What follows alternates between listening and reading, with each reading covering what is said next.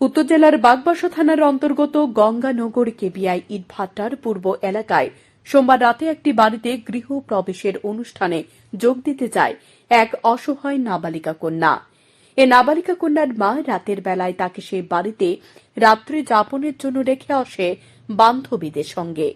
নাবালিকা কন্যার মায়ের অভিযোগ, রাত আনুমানিক 2টা নাগাদ 27 বছর বয়সের তাতন বাগতি নামে এক প্রতিবেশী যুবক সেই নাবালিকা কন্যাকে ঘরের পেছনে একটি জঙ্গলে নিয়ে যায়। নাবালিকা কন্যাকে নেশা জাতীয় কিছু খাইয়ে দিয়ে তাতন বাগতি তার পাশবিক লালসা মেটায়। হায়নারূপী এই নর দানবের লালসার শিকার হয়ে অবুঝ এই নাবালিকা কন্যা এখন হাসপাতালে শয্যাশায়ী।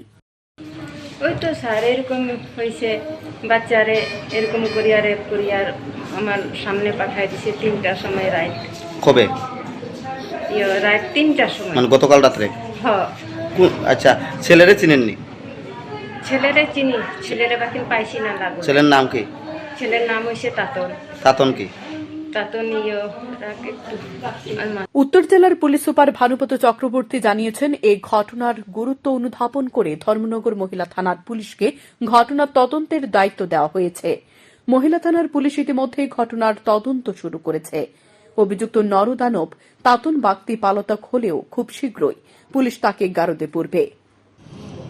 প্রথমে যেটা বলতে চাই, খুবই দুঃখজনক ঘটনা। একটা মাইনর গার্ল উপর এই ধরনের পাশবিক অত্যাচার। তা আমরা একটা কেস নিয়েছি, যেটা নাম্বার হলো 4/24 বাগবাসাতে, যেটা সেকশন 376 AB /325/6 অফ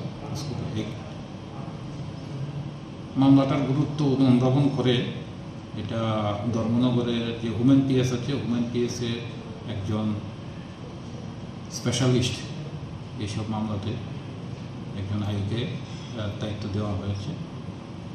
তা আমরা তদন্তর ক্ষেত্রে যে গাইডলাইন যেটা আছে, সেই গাইডলাইন অনুযায়ী এসপি যেটা আছে সেই অনুযায়ী আমরা তদন্ত করব। হায়নারূপী নরদানব তাতন বাগতি গঙ্গানগর কেবিআই ইটভাটাতেই থাকে বলে জানা গেছে। এ ঘটনা গোটা ইটভাটা জুড়ে ক্ষোভ ছড়িয়ে পড়েছে। চিকিৎসাধীন হলেও অবুঝ এই নাবালিকা কন্যার শারীরিক অবস্থা চিন্তার বিষয়। কখনো অঝরে কাঁদছে এই মেয়েটি, আবার কখনো বেড়ে যাচ্ছে তার শ্বাস প্রশ্বাস।